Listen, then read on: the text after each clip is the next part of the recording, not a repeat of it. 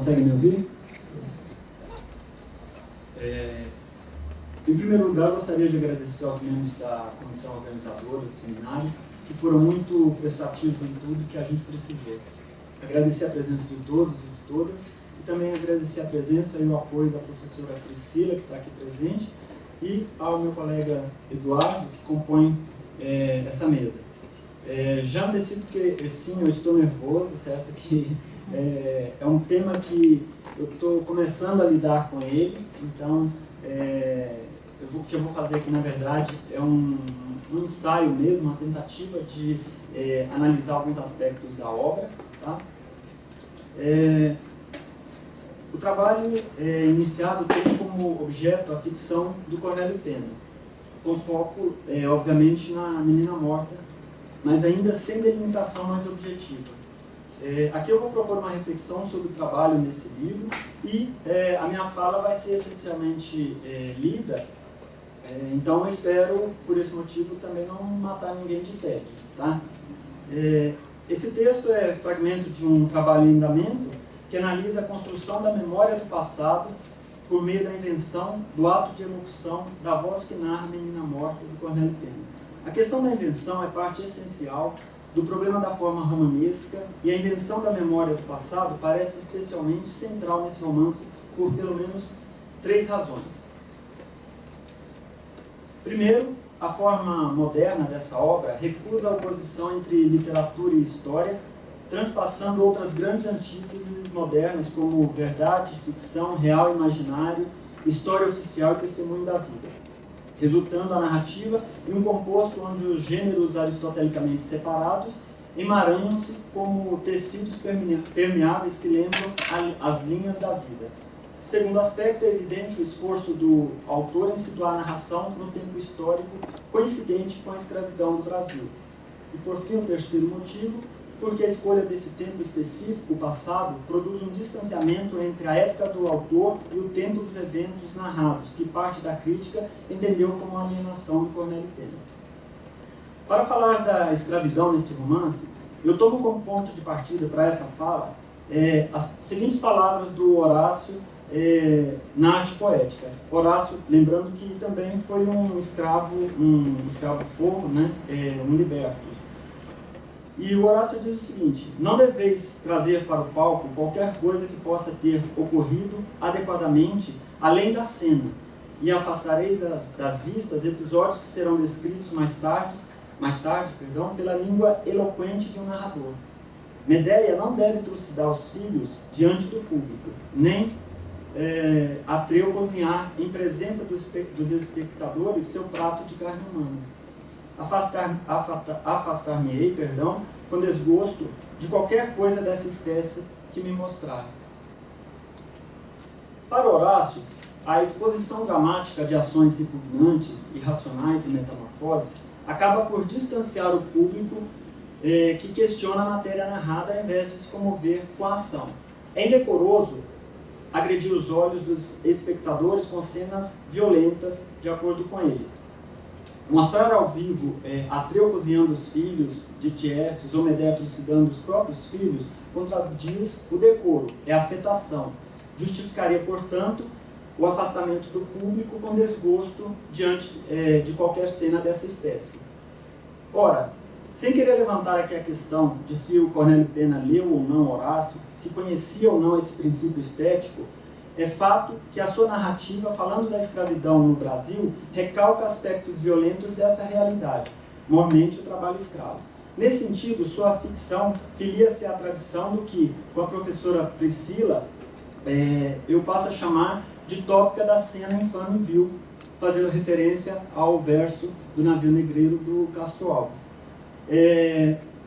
Bem sucintamente, a definição do que seria essa tópica, cito a professora Priscila, abre aspas, a dificuldade de encenar o assunto grotesco por excelência, a escravidão e sua herança na forma específica da superexploração do trabalho assalariado ou subassalariado das camadas mais baixas. Fecha aspas.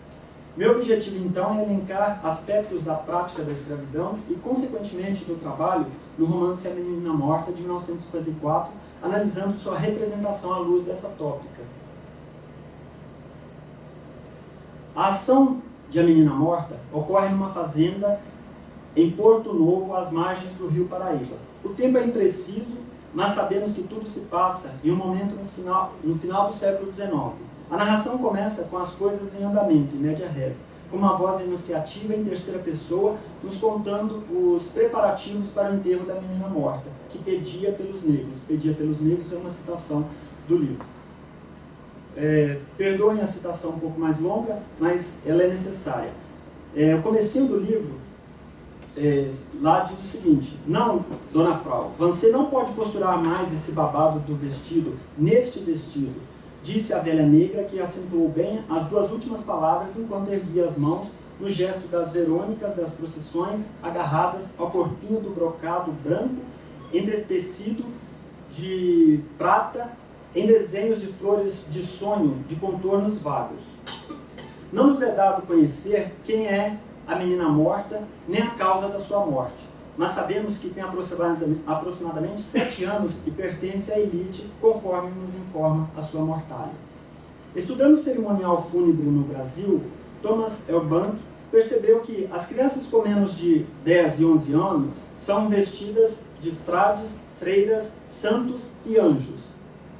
Prática confirmada por Luiz Lima Vailate em seu estudo sobre os funerais de anjinho na literatura de viagem, no qual ele ressalta que até o século XIX, nas procissões, as crianças menores de 7 anos saíam representando anjos e era comum enterrá-las vestidas dessa maneira. Cito o Luiz Lima Vailate. Além de reafirmar uma série de valores agregados à criança morta, com seu estado de pureza que toma corpo na figura do anjo, o uso das vestes acentua igualmente outras características comuns às outras dimensões dos enterros dos inocentes, como é o caso da ostentação material. Adiante retomarei a análise dessa imagem da menina morta, e essa marcação do tempo, aproximadamente 7 anos, a fim de discutir a sua funcionalidade na estrutura do romance. Por ora, voltemos nosso olhar para a descrição espacial da fazenda, onde se desenrola a ação. Cito: estava na sala de costura da fazenda, de altas paredes caiadas, onde se encostavam 2 armários de jacarandá escuro, bojudos, e cujas portas, entre colunas, tinham sido escancaradas.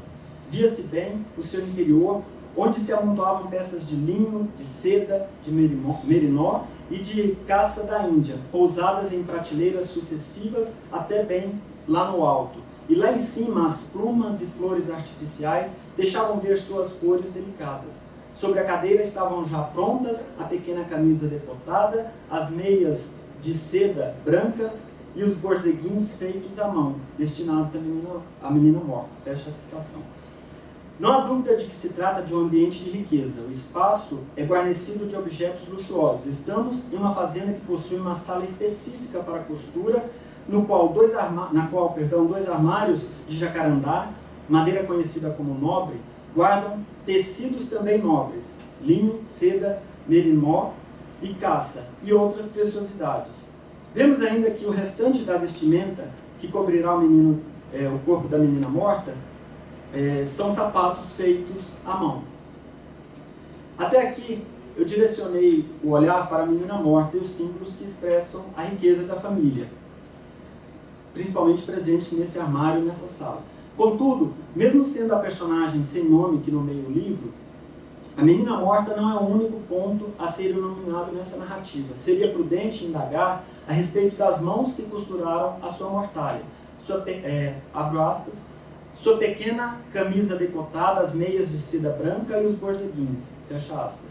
Por contiguidade, essas mãos constituem personagens menos importantes socialmente, mas igualmente representativas porque produtoras da riqueza ostentada pela família da menina morta, até mesmo no momento de seu funeral. São agregados, agregadas, mucamas e um exército de aproximadamente 3 centenas de escravos não nomeados. Retomando a cena de abertura do romance, temos condições de acessar esses personagens que convivem com a elite no espaço do grotão. Não sabemos ainda quem é Frau e desconhecemos quem erguia as mãos, mas os pronomes Vancê e Dona e a expressão velha negra revelam a simetria hierárquica decrescente entre as personagens entre a personagem que costura o babado e aqui a censura. Trata-se de uma espécie de contrassenso, pois, convencionalmente, Dona, no caso a Frau, seria detentora do direito de censurar a velha negra. Mas ainda desconhecemos essa suposta incongruência. Só aos poucos nos é dado perceber que a velha negra ocupa um lugar social diferente daquele ocupado pela sua interlocutora. A expressão do trabalho se dá sorrateiramente por meio das mãos que metonimicamente escondem a totalidade dos corpos, obstruindo assim a visão completa da escravidão. A narração nos mostra indícios dela. Chega mesmo a sugerir alguns castigos praticados contra os escravos, conforme veremos mais adiante. Contudo, jamais a expõe completamente ao leitor, que só alguns parágrafos adiante fica sabendo que as mãos que na cena inicial erguem a mortalha, imitando o gesto das Verônicas ao elevarem o manto com a face de Jesus nas procissões, são mãos de escrava e foram corresponsáveis pela manufatura da mortalha da criança. Cito novamente o Cornélio. Era simples mortalha que confeccionava, ajudada pela mucama de dentro, cujo gosto e bom senso ela confessava em seu íntimo, ela no caso a governanta Frau, confessava em seu íntimo sem nunca deixar transparecer, pois era perpétuo absurdo aquela criatura disforme, cor de chocolate, com enormes olhos coruscantes, ora acesos, ora apagados, iguais aos das aves domésticas, ter critério e tato para saber o que ficava melhor e mais elegante nos trajes confeccionados por elas para pessoas tão diferentes. Subjugada pela voz narrativa que assume o ponto de vista da governanta, a escrava não fala, é falada por ela. Convencionalmente, a condição de agregada obriga Frau a ver a escrava como outro rebaixado da categoria pessoa. Nesse sentido, inicialmente a palavra criatura, se inicialmente a palavra criatura parece igualar a escrava aos demais seres humanos, indicando sua filiação divina, a predicação mediante o adjetivo disforme recorta ainda mais o campo de visão da governanta, corrigindo o suposto perpétuo absurdo. Percebida subjetivamente, a imagem da escrava adquire traços animalescos. Para Frau, Lucinda, e por consequência os demais escravos, são criaturas, mas disformes, com olhos enormes e reluzentes, iguais aos de aves domésticas. Essa imagem de aves domésticas, que remete ao aprisionamento, não nos deixando esquecer que realmente a escrava difere das demais pessoas para quem confecciona os trajes. Ela é pessoa cativa. Sua percepção da realidade, contudo, no caso a percepção da Frau, não chega ao grau reducionista de distinção entre pessoas e não pessoas, no caso escravos, tal como nos revela o olhar do comendador. Capitalista, que é o chefe, o patriarcal, por assim dizer, melhor a expressão, patriarcal, o chefe de família, que ordena toda essa fazenda. Então, capitalista, sua presença no trabalho, sua crença, no trabalho escravo como modelo de negócio evidencia-se na passagem em que os escravos revelam o desejo de acompanhar o cortejo da menina morta.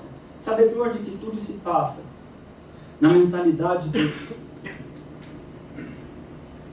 sabedor de que tudo que se passa na fazenda, uma espécie de ave de rapina, é uma outra expressão do Cornélio Pena, o comendador manda chamar o seu primo, o agregado senhor Justino, para que este faça cumprir as ordens daquele. A autoridade senhorial transparece na aspereza da sua fala. Preciso citar novamente. Está bem, interrompeu o senhor secamente. Tinha a dar-lhes ordens. Não quero que nenhum dos escravos saia da fazenda sob pretexto algum. O dia do trabalho há de se passar como todos os outros, logo que se acabe tudo o que vai ser já. O carro irá, eu estou destacando de propósito, na minha fala, o carro irá com as senhoras Virgínia e Celestina e mais ninguém da casa. As pessoas acompanharão, uma pausa, se quiserem. Fecha aspas. Suas palavras evidenciam a rigidez com que o modo de produção separa a casa grande e senzala. Segundo a razão capitalista do Senhor, nem mesmo a morte da sua filha, caçula, justifica a interrupção do dia do trabalho. Os escravos devem permanecer na fazenda trabalhando. Por convenção, apenas Virgília e Celestina estão autorizadas a seguir o cortejo representando a família. Homem de negócio, sua fala até esse momento é rígida e certeira como as engrenagens da sua fazenda cafeeira, da sua indústria cafeeira. Não aceita modalizadores, expressando quase sempre verdades absolutas.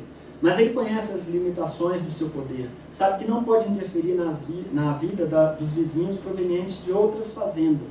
Por isso faculta a essas pessoas acompanharem o cortejo. Abro aspas para citar, se quiserem. Fecha aspas.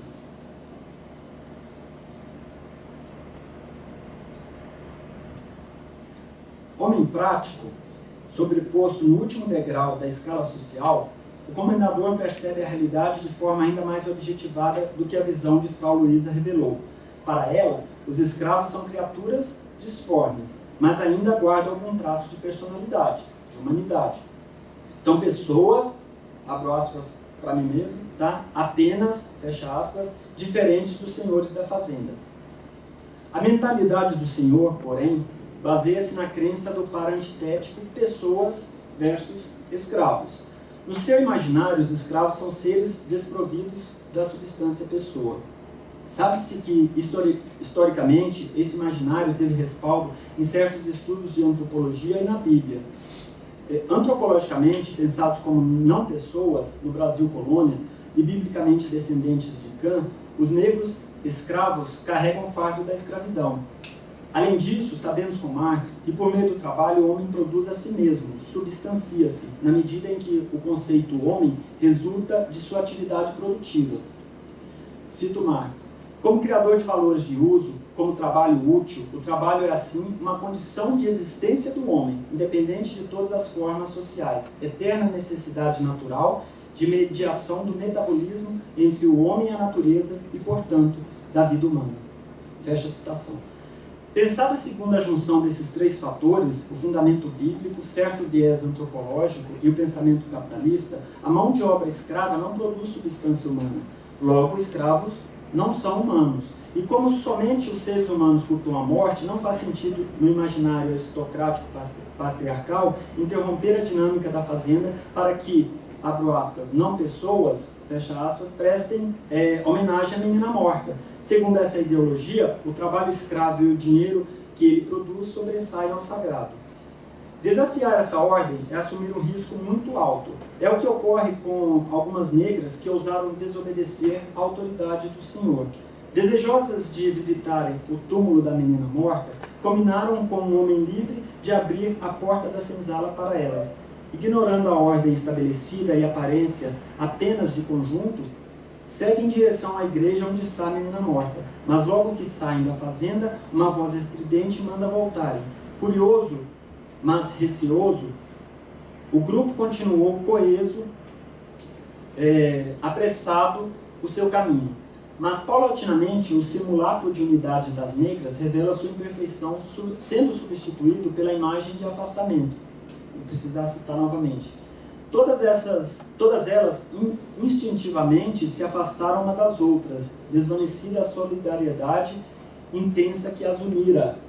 Estavam agora sozinhas e isoladas, sem defesa, diante do poderoso feitor, e cada qual sentia confusamente que devia reunir suas forças para conseguir o perdão, para explicar, para desfazer e afastar de si, a tempestade iminente, o castigo e o sofrimento que sabiam esperá-las. Fecha a citação. Observa-se que a expressão da dissociação no nível temático é também expressa linguisticamente pelo deslizamento dos significantes. Do sintagma de duas unidades massa uniforme, remetendo ao conceito de grupo, o discurso passa pela forma todas, que apesar de ser um significante menor, mantém a ideia de totalidade. Continua em massa uniforme, atinge certo grau de particularização mais preciso a indicar o gênero feminino em as mais moças, referência à citação, e culmina com a individuação modelada pela expressão indeterminada a cada qual, apagando praticamente cada vestígio de humanidade desse grupo. A forma, assim, imita o conteúdo, ou melhor, a forma é o próprio conteúdo. Temporariamente desfeito o grupo, as escravas se uniram de novo, desta vez para voltarem à fazenda onde sofrerão punição exemplar. O grau de violência impede que a cena seja mostrada, mas pode ser entrevista e sua vileza sentida, porque o enunciador nos conduz ao local do castigo. Acompanhando até esta sala dos fundos, a sala dos fundos é uma expressão que aparece no livro, propositalmente construída, abre aspas, bem longe da residência, fecha aspas, a fim de não incomodar o sossego da elite na casa grande. A descrição desse espaço dá uma medida do grau de crueldade que se cometia lá. Logo na entrada, chama a atenção um aspecto curioso da perspectiva do enunciador. Imitando o olhar dos escravos, nossa entrada nesse ambiente se faz de cabeça baixa. É assim que vemos, cito, grandes peças de madeira carcomida jogadas ao acaso no chão, duro e cortadas de forma estranha e sinistra, fecha a citação, ao lado das quais ficavam instrumentos de ferro enferrujados. Aos poucos, o olhar vai erguendo-se e se depara com as paredes mal caiadas, onde se distinguiam em toda a volta, até a altura do homem, manchas escuras que formavam desenhos inexplicáveis com grandes borrifos espalhados em direções diversas. Justapostas à expressão mal caiadas, as manchas escuras inicialmente poderiam significar descuido e inacabamento do cômodo, afinal se trata de um local de tortura de escravos. Um detalhe, porém, dá a dimensão do horror da cena. Essas manchas escuras borrifadas estão à altura de homem. Paulatinamente, cria-se a identidade entre ambiente e pessoas que o ocupam. As manchas são oriundas dos corpos outrora castigados na sala. É sangue de escravo. E o fato de elas estarem em direções diversas reforça a selvageria das punições.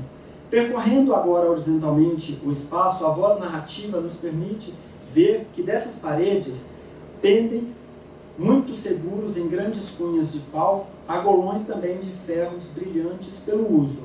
Redirecionando o olhar novamente, o enunciador nos revela, cito, algumas correntes de elos gastos e desenroladas até o solo. E ele faz uma pausa nesse momento, fecha a citação.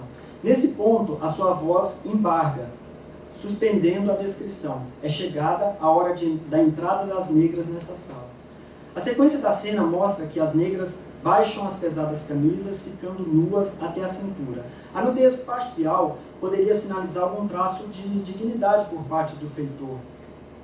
Em vez disso, revela o modo prático como se davam os castigos. Na verdade, as negras sabem que não podem ser castigadas nas palmas da mão, uma vez que essas ficariam, as mãos, no caso, ficariam inchadas e sangrentas, impedindo-as de lavar roupa naquele dia. Sabem também que seus vestidos deveriam durar, cito, até o dia da festa próxima, quando seriam feitas novas distribuições. Fecha a citação. Logo é preciso protegê-las das chicotadas que podem protegê-los, os vestidos, das chicotadas que podem rasgá-los e do sangue, que certamente os mancharia. Só lhes resta então expor o próprio corpo seminu para alvo dos açoites. A ordem do Senhor é soberana. Desobedecida, deve haver castigo, e este deve ser eficaz, mas na justa medida de também não interromper a engrenagem da fazenda. No final da cena ainda é manhã, então para que o castigo não incomode a casa grande, aquela hora ainda envolta em sombras e serenidade, as portas da sala de castigo são fechadas como cortinas no teatro.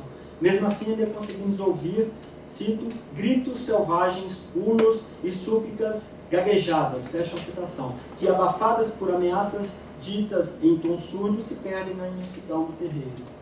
Representar essa cena num palco, certamente ouviríamos os gritos dos escravos decrescendo de gritos a gaguejos abafados, mas o decoro impediria que tudo se passasse diante dos nossos olhos no espaço cênico em virtude do grotesco da prática descrita. Igualmente, Cornélio Pena permite sim que saibamos que essas escravas foram puramente punidas. A cena é realista, não há dúvida, mas sua elocução deixa apenas entrever o castigo.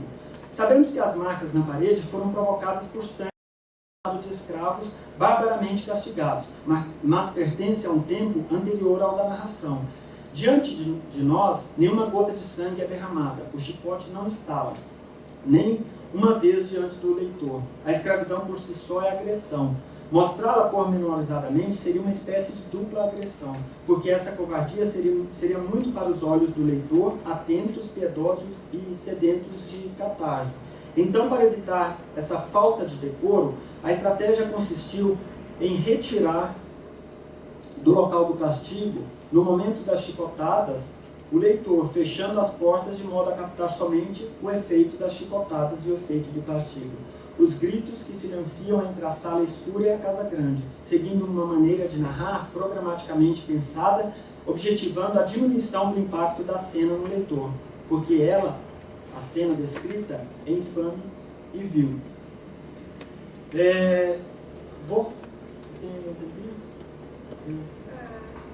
Olha, passou um pouquinho, mas também, como vocês são só 2, não 3, então acho que cabe. Para fechar, peço desculpa por passar do tempo, vou fazer uma reflexão minha a respeito do que eu falei aqui, pensando nessas questões do trabalho, enfim. Se no passado a ficção de Cornélio Pena produziu dúvidas na crítica, parece-me inegável que sua importância e atualidade emergem no cenário do Brasil contemporâneo, evidenciando o famoso pensamento de Marx de que a história se repete 2 vezes, a primeira como tragédia e a segunda como farsa. Mediante as figuras emblemáticas do Comendador e a Menina Morta, esboça uma visão de como nesse país, no Brasil, o presente dialoga com o passado. Conforme pontuei lá no começo, o aspecto angelical da Sinhazinha não é gratuito. A escolha de uma personagem com, no máximo, 8 anos, garante a verossimilhança com relação aos rituais de enterro de Anjinho. Embora ensinamentos bíblicos esclareçam que o nascimento é sinônimo de pecado, existe um conhecimento popular, segundo o qual até aproximadamente os 7 anos, a criança está livre do pecado. Principalmente em regiões interioranas, a criança nessa idade é vista como símbolo de pureza, inocência, alguém ainda não tocado pelo pecado. Ainda nesse sentido, devemos lembrar, ou podemos lembrar também, a Tecedeira de Anjos, que aparece lá no crime do Padre Amaro do Essa de Queiroz, que também faz esse papel, essa referência à criança como um ser angelical. Pois bem, qual o significado então dessa crença popular na textura do romance A Menina Morta? Faça a seguinte hipótese. Símbolo de pureza, a menina morta representa a permanência, a suspensão temporal, no caso, a continuidade de um Brasil aristocrático. Assim, o país que figura no livro lembra o país do final do século XIX e também o país do tempo da produção dessa narração, os anos 1954, e o Brasil contemporâneo, um país de classes. Juntamente com a simbologia da figura do comendador, a Menina Morta estrutura um discurso que teima em negar a frase do Marx sobre a repetição da história, pois no Brasil, ou o ciclo dos trabalhadores cumpre um intervalo temporal superior a 5 séculos, e por isso ainda não se repetiu, ou a história é constante tragédia.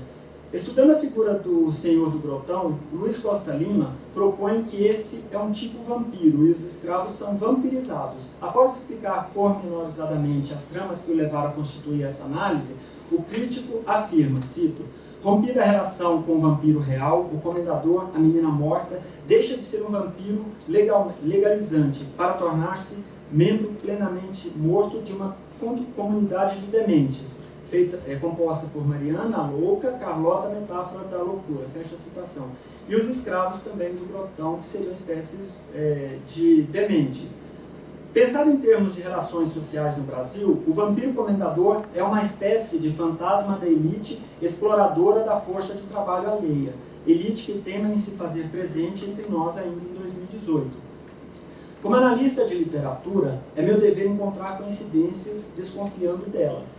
Acho que não foi obra do acaso começar 2018 começar justamente com a escola de samba Paraíso do Tuiuti elegendo um vampiro neoliberalista, como alegoria de um governante que insiste em sugar o sangue dos trabalhadores, reduzindo-lhes os direitos por meio da reforma trabalhista. Certamente não foi, essa é a minha opinião. Pelo contrário, é a manifestação genuína de uma comunidade de dementes que, incrédula com a sua própria realidade, continua se perguntando, meu Deus, está extinta a escravidão? Se este grito surtirá algum efeito na forma de tragédia ou farsa, mais uma vez só a história mostrará. Mas loucura mesmo é aceitar passivamente o chufão. Relativamente à similitude entre o vampiro do Cornélio Pena, o da Tuiuti e o vampirão, pode não passar tudo de uma grande coincidência. Afinal, estamos no campo da ficção. Muito obrigado a todos pela oportunidade e pela atenção. Obrigada, Dimácio.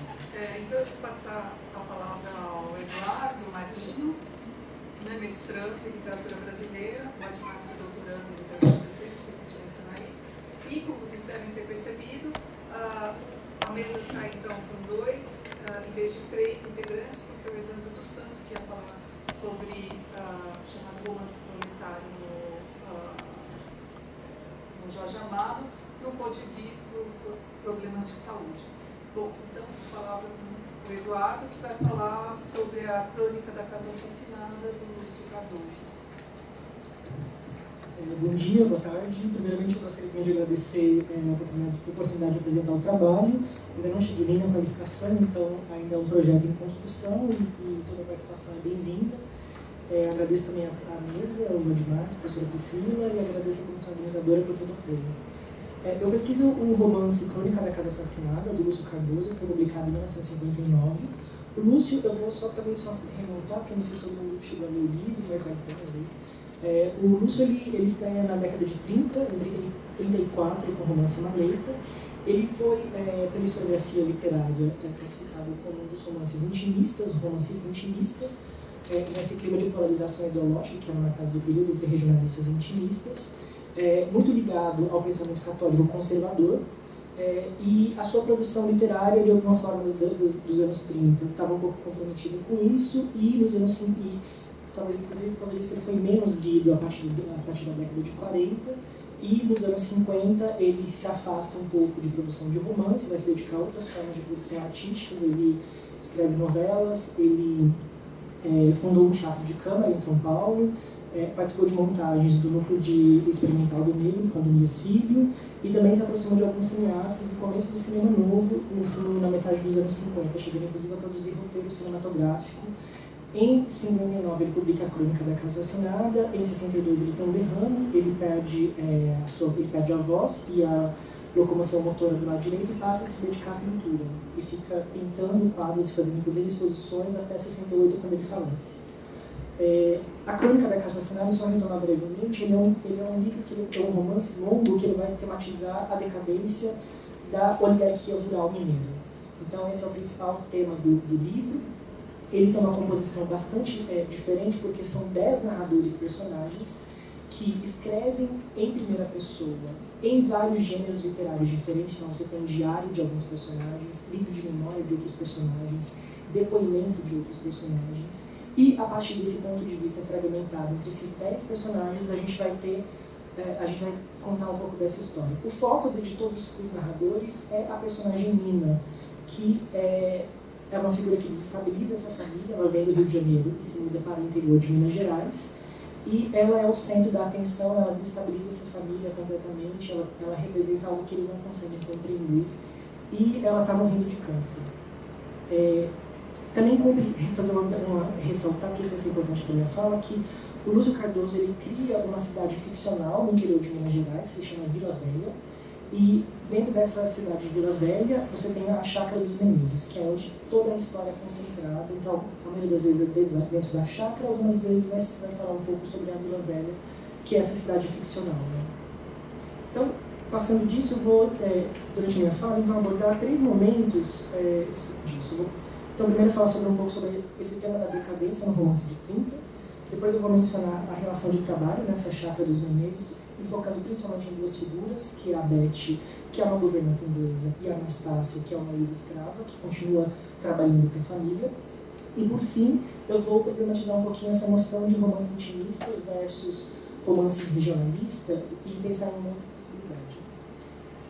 Então, a certa altura da narrativa Crônica da Casa Assassinada, Demétrio, que é o primogênito dos 3 irmãos Menezes, ele citou com precisão a situação em que se encontra a família. Vou fazer uma citação do Lúcio, do romance. Não vê, pois olha, você sabe muito bem o que representamos. Uma família arruinada ao sul de Minas, que não tem mais gado em seus passos, que vive de alugar esses passos quando eles não estão secos, e que não produz nada, absolutamente nada, para substituir rendas que se esgotaram há muito tempo. Nossa única oportunidade é esperarmos desaparecer quietamente sob esse teto, a menos que uma alma generosa, e ele fitou rapidamente a patroa, no caso a minha, venha em nosso auxílio. Apesar de um enredo de Crônica da Casa Assassinada ocorrer, a crônica ela não tem uma data definida, a gente não sabe quando acontece a narração, ela tem um arco temporal de 3 décadas, mas a gente consegue, a partir de elementos da narrativa, situar no final do século XX, no final do século XIX, virando o século XX. As marcas do tempo histórico estão entranhadas nas personagens e alicerçam o edifício que sustenta aquela casa de origem colonial. A família patriarcal mineira estava em crise. Durante 4 séculos, ela se erigiu enquanto instituição assentada no latifúndio destinado à monocultura de exportação, com a mão de obra sendo explorada como principal força de trabalho. Parte dela sobreviveu à virada do século graças a fatores como a substituição da escravidão por outras formas de trabalho assalariado precário, como a mão de obra migrante. Por exemplo, também a diversificação do emprego do capital, cada vez mais circulando em ambientes urbanos, além de um estreitamento na relação com o Estado no processo de cooptação e dependência que vai se intensificar a partir dos anos 30. Outra parte dessa oligarquia assistiu o seu prestígio ir embora junto com as suas terras em um processo acentuado de decadência que culminou com a completa ruína de uma geração que se mostrou incapaz de se adaptar às novas configurações do que o capitalismo imprimiu ao país no século XX. A literatura brasileira moderna e contemporânea testemunhou o declínio social e mental das oligarquias rurais. O mais crítico apontou a temática da decadência quase como uma característica distintiva das obras nacionais. Antônio Cândido, por exemplo, ele afirma: sempre me intrigou o fato de que, num país novo como o Brasil, e num século como o nosso, a ficção, a poesia e o teatro produzirem a maior das obras de valor no tema da decadência social, familiar e pessoal. Robert Schwartz, por sua vez, ele destaca no Cultura e Política que, dentre as várias figuras que compõem o que ele domina essa literatura da decadência rural, a figura do fazendeiro do lar. O homem que veio da propriedade rural para a cidade, onde recorda, analisa e critica em prosa e em verso o contato com a terra, com a família, com a tradição e com o povo que o latifúndio lhe possibilitava. O fazendeiro do lar, ele condensa numa instância ficcional a trajetória social de um indivíduo que rememora, em chave nostálgica, o passado, ao mesmo tempo que analisa as causas do arruinamento familiar. Outra figura importante é a do fracassado nacional, assim delineada por Mário de Andrade em seu ensaio Elegia de Abril de 1941. O fracassado, por sua vez, ele condensa tanto aquelas figuras provenientes de famílias já arruinadas, como aquelas que estão ainda vivenciando as diversas formas de declassamento, ou seja, de rebaixamento de uma classe social, de hierarquia social, que é o caso da família Menezes, protagonista do romance Crônica da Casa Assassinada, para que o desaparecimento da família vai coincidir com o desaparecimento das terras. O tema da decadência é particularmente relevante para a geração da qual Lúcio Cardoso faz parte, geração que assistiu e participou de profundas mudanças políticas, econômicas e sociais, dentre as quais se destaca a Revolução de 30, que marca a passagem da República Velha ao Estado Novo, a tardia e incipiente industrialização do país e a urbanização vertiginosa. O romance, o gênero que se consolida no país nesse período marcado de acirramento ideológico e político, vai explorar essas transformações de diversas formas. Luiz Bueno, no seu estudo sobre o romance da década de 30, ele destaca a oposição entre escritores regionalistas e sociais versus intimistas, introspectivos, espiritualistas. São vários os sinônimos empregados para se referir a esses escritores. Dentre os traços distintivos do primeiro grupo, dos regionalistas, a gente pode destacar o maior destaque aos dramas coletivos, uma valorização da cultura empenhada, denunciando, apontando os limites da modernização, que não apenas não erradicou, como ajudou a intensificar as diferenças e desigualdades sociais. A noção de fracasso também dando a tônica das narrativas, seja na abordagem de personagens desvalidos, seja na investigação da realidade brasileira, ressaltando o seu atraso e a sua consciência de subdesenvolvimento. Guardada muito bem as devidas proporções, essas características também podem ser percebidas nos assim chamados romances intimistas ou introspectivos do período. Reunidos sob a égide do pensamento católico conservador, posicionaram os escritores vinculados ao pensamento de direita, críticos ferozes do caráter documental, como eles assim chamavam, que o romance vinha assumindo, e defensores de um universalismo em matéria de arte que não assentava suas bases na expressão imediata da realidade. A noção de crise das estruturas e consciência do atraso são exprimidas através da exploração da subjetividade e dos dramas psicológicos. O fracasso social sendo compreendido não em suas raízes econômicas, mas como reflexo de uma crise espiritual e de falência moral da sociedade.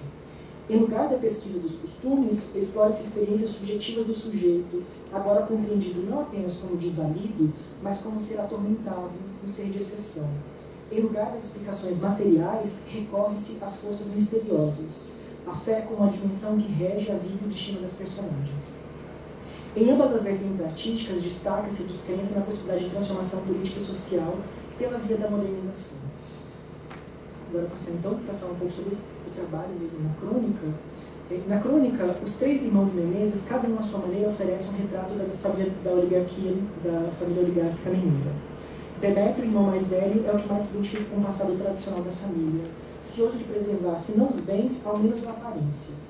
Valdo, irmão do meio, completamente envolvido em seu relacionamento com Nina, só ocasionalmente sai da chácara, geralmente para entregar mais uma parte do patrimônio familiar aos credores. Essa ideia do grande latifúndio que vai sendo recortado, vai sendo vendido, até que a família passa a viver essa ruína familiar. Timóteo, o irmão mais novo, é o escândalo familiar. Personagem transgressivo, ri-se das manias de grandiosidade dos irmãos e sonha com a ruína completa da família. Para ele, os Menezes não passavam de redutos pobres de uma família bastarda. Timóteo é um personagem extremamente fantástico, assim, porque assim que a mãe morre, ele se apropria das roupas e das joias da mãe, passa a se vestir como mulher, os irmãos trancafiam ele dentro do quarto, e ele fala que tudo que ele pode fazer é representar, ser esse monstro para si mesmo, mas e sonhando com essa ruína familiar. É um personagem muito interessante, muito contraditório também. Nenhum dos 3 trabalham, mas todos acreditam sobreviver da poeira da glória passada, o que só é parcialmente verdade. Certamente ele sobrevive da dilapidação do espólio familiar, mas há que se observar e analisar cuidadosamente os personagens menores que gravitam ao redor da família para se compreender um intricado conflito de classes que subjaz a narrativa. Comecemos com a Beth, a governanta inglesa da família. Ela se interessa, a Beth ela tem diários, são dos 56 segmentos do romance, 5 são diários de Beth. Ela se interessa vivamente pelos seres de exceção que a cercam, sejam eles os Menezes vivos, seja ainda a história familiar impregnada nos objetos e na casa.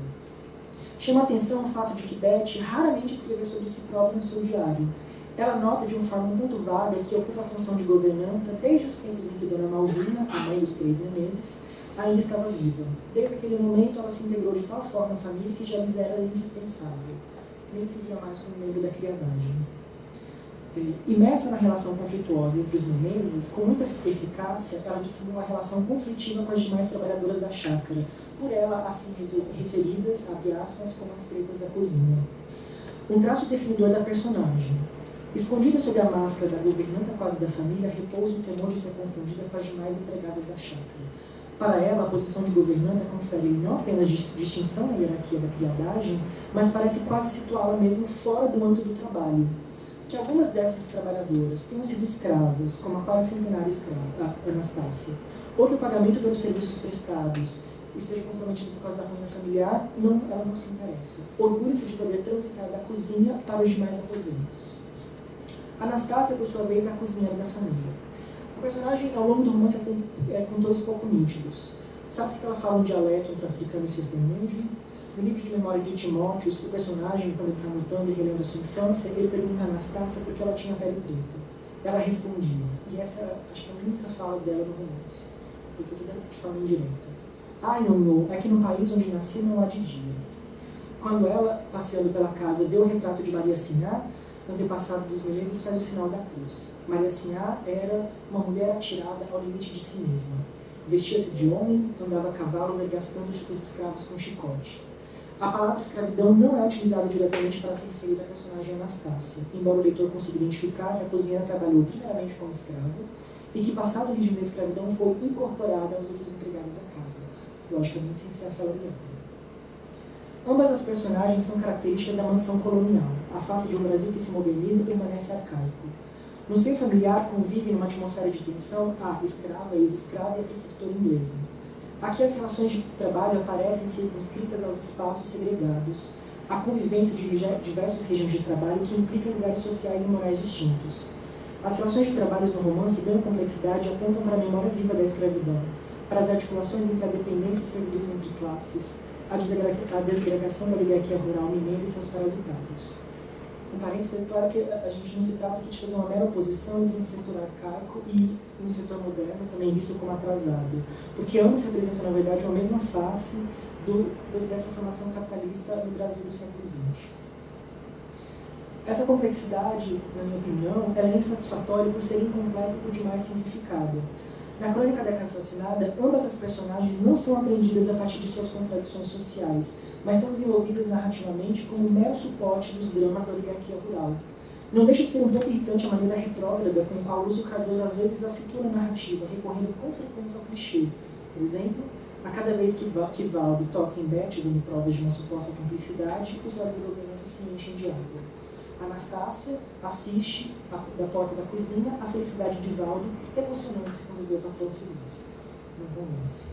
Enquanto os conflitos de classe da oligarquia são bem representados em termos de narração e narrativa, o conjunto de personagens menores são mal delineados, frequentemente resvalando no tipo e nem de longe com a mesma profundidade psicológica dos Menezes. E agora também retomando então um pouco dessa, utilizando uma nova, pensando nessa categoria, nessa divisão entre romances intimistas e romances sociais e jornalistas, passar para essa última para finalizar a fala. Buscando ir além da dicotomia redutora que separa a produção romanesca da geração de 30 entre regionalistas e introspectivos, Alfredo Bossi oferece uma nova maneira de pensar o conjunto de romances produzidos no período, do andamento, segmentando-os a partir da relação herói-mundo, da captação e representação do ambiente e do andamento da ação narrativa.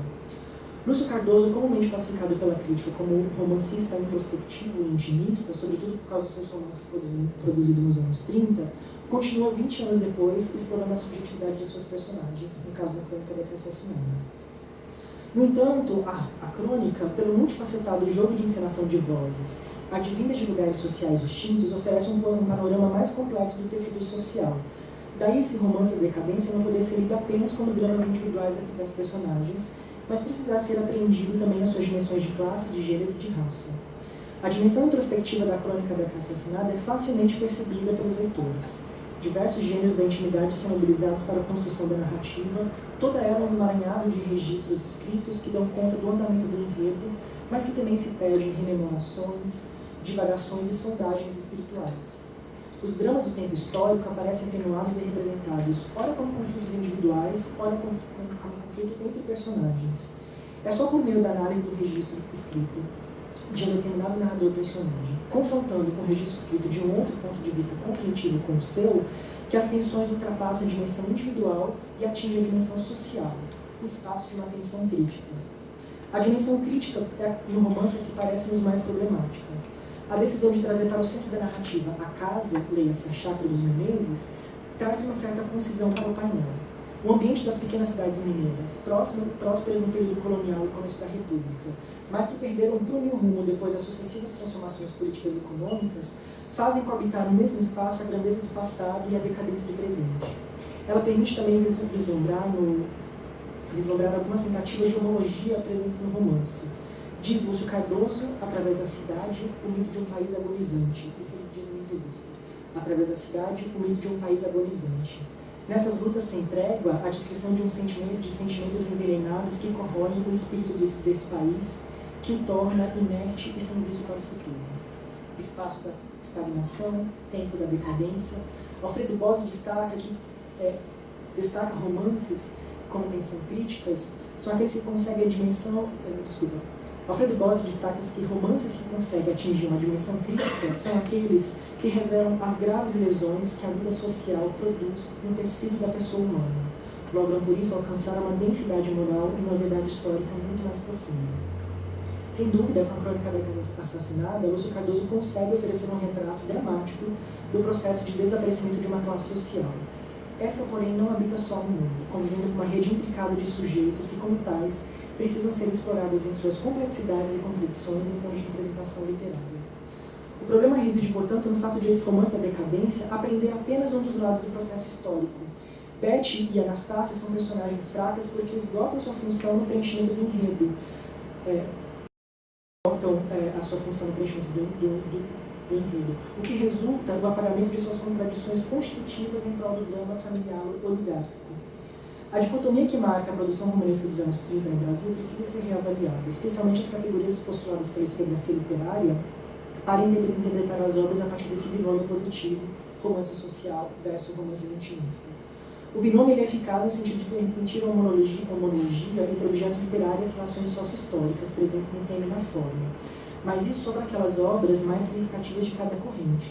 À medida que o leitor se aproxima das margens dos subgêneros e mesmo das transformações que os autores imprimem às suas obras ao passar dos anos, o binômio enfraquece e deixa de dar conta dos movimentos dinâmicos da obra e da sociedade.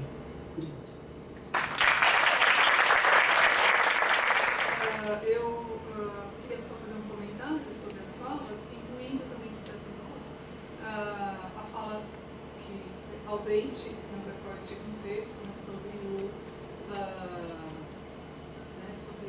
Jorge Amado. Acho que a gente teve, de toda maneira, duas comunicações muito instigantes, que não deixam de ser sobre o romance regionalista, apesar, por isso mesmo, da mesa se chamar Figurações do Trabalho. Queria só fazer porque eu acho que a comunicação do Evandro, que não está aqui,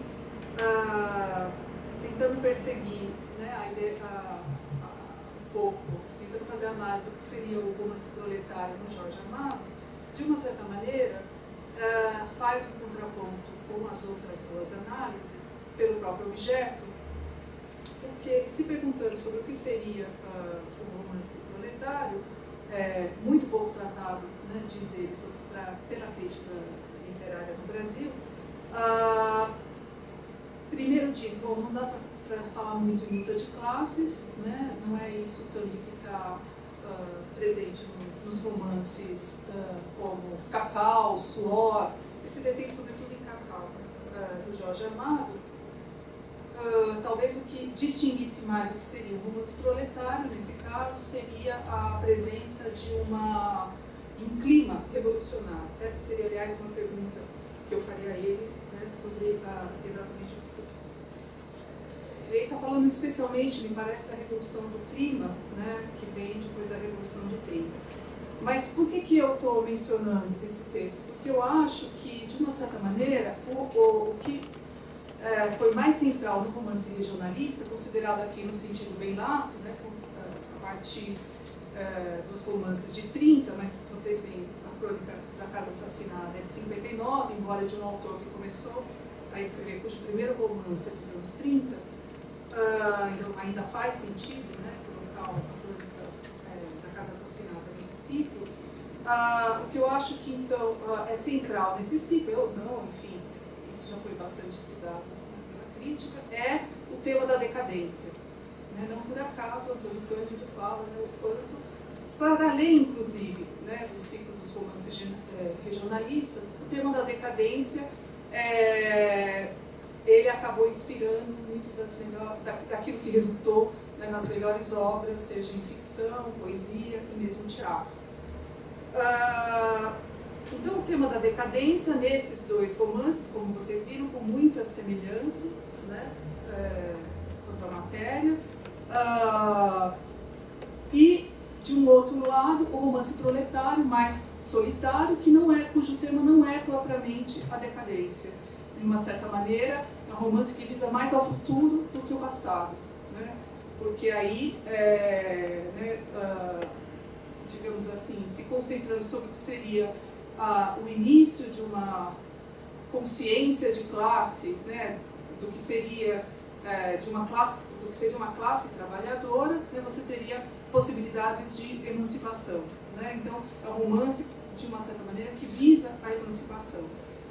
Embora, como o próprio texto diz, analisando o romance e baseado numa entrevista do próprio Jorge Amado, décadas depois, o Jorge Amado reconhece que o seu romance, mais do que realista, era propriamente idealista, pelo fato de que não dava para falar ainda, né, em consciência de classe, né, da parte, uma consciência de classe operária, pela relativa incipiência da formação operária no Brasil, aí mesmo naquela época, né, mesmo nos anos 30, com mais, né, em que a industrialização ganhava mais força, e entre outros fatores, ou seja, ele mais de uma certa maneira propôs, né, ele fala, não é por acaso que eu me dediquei mais a falar os trabalhadores rurais, que não são propriamente trabalhadores operários, mas são trabalhadores manuais, mas não são efetivamente classe operária. Então, quer dizer, isso é interessante, né, contrastar de uma certa maneira, né, o tema da decadência, o quanto o romance regionalista, então, pode também contar com esse elemento digamos assim, de um romance prospectivo e não só voltado para o passado. Embora esse romance prospectivo, que o Jorge Amado depois vai reconhecer como idealista, eu creio não deixa de estar um pouco dentro daquilo que o Antônio Cândido chama de a consciência do escritor brasileiro de participar do processo de construção nacional. De uma certa maneira, aqui o Jorge Amado está comprometido com o processo de formação da classe operária que efetivamente ainda não existe plenamente. Bom, isso eu estou falando porque eu acho que oferece um contraponto interessante. Então, o romance do Jorge Amado não deixa de estar ligado ao empenho construtivo do país, curiosamente, né? Apesar de que aqui sob influxo do Partido Comunista, diferentemente desses outros autores. Embora todos esses escritores filhos de fazendeiros, né? Isso é interessante. E aí eu entro, então, numa outra... você fala, por exemplo... Você não fala exatamente no texto que você me mandou, mas eu sei, quer dizer, que o pessoal da organização me mandou, mas eu sei que você trata disso, a gente até já conversou sobre isso, da influência do Faulkner, que já foi também lembrada pela crítica, do Faulkner no romance do Lúcio Cardoso. Né?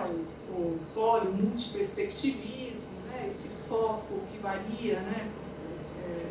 Quer dizer, esse ponto de vista que varia e tal. Curiosamente, no texto sobre o Jorge Amado, né, o Evandro afirma que as condições para o romance proletário no Brasil são muito diferentes das condições para o romance proletário nos Estados Unidos, que inclusive teve muito mais crítica sobre isso, né? Décadas de crítica sobre o romance proletário nos Estados Unidos pela própria situação da industrialização, do movimento operário e tudo, sobretudo nos anos 30. Então é interessante, por outro lado, que no Lúcio Cardoso tem a presença de um americano, né? Quer dizer, tem a presença de um romancista americano, só que um romancista do sul escravista, que de uma certa maneira se volta para o tema da decadência. Não é o caso dos romances proletários, que tem a impressão, são sobretudo do norte, yankee, americano, que tiveram pouca vigência aqui, justamente porque o norte industrializado e tal. Então, interessante observar isso.